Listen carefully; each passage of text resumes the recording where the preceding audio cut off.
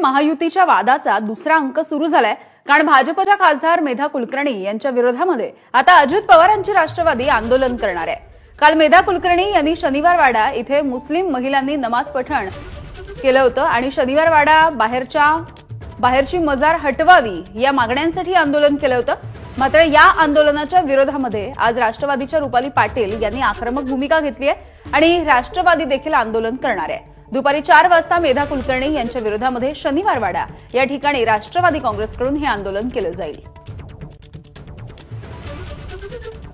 Mickey Ghai आमचे प्रतिनिधी आपल्याला माहिती देतील। मिकी, अगदी जर आपण बघितलं तर ज्या पद्धतीने काल खासदार मेधाताई कुलकर्णींनी शनिवारवाड्याच्या समोर जी एक मजर आहे त्या ठिकाणी जोरदार आंदोलन केलं, ती मजर हटवण्यात यावी यासाठी तिथं हिंदू संघटनांनी एकत्र येत जोरदार घोषणाबाजी केली, आतमध्ये घुसण्याचा प्रयत्न केला आणि आज आता जर आपण बघितलं तर या ठिकाणी मित्रपक्ष थेट जे अजित पवार गटाचे राष्ट्रवादी आहेत त्यांच्या रुपाली ठोंबरे पाटील त्या ठिकाणी जाऊन त्यांच्या कार्यकर्त्यांसोबत आंदोलन करणार आहे आणि ते देखील थेट या मेधाताई कुलकर्णींच्या विरोधात। त्यांचं म्हणणं आहे की मेधाताई कुलकर्णी समाजात तेढ निर्माण करतायत, जाणून बुजून शहरातलं जे लोक आहेत ते कुठेतरी बिघडवण्याचं काम करतायत, त्यांच्यावर कारवाई व्हायला हवी, त्यांच्या विरोधात गुन्हा दाखल व्हायला हवं असं रुपाली ठोंबरे पाटील यांची मागणी आहे आणि त्यासाठी ते आता काही वेळात अर्थात 4 वाजेच्या सुमारास शनिवारवाडा ज्या ठिकाणी ही मजर आहे त्याच्या समोर जोरदार आंदोलन करणार आहेत। मोठ्या संख्येने कार्यकर्ते देखील त्या ठिकाणी उपस्थित राहणार आहेत।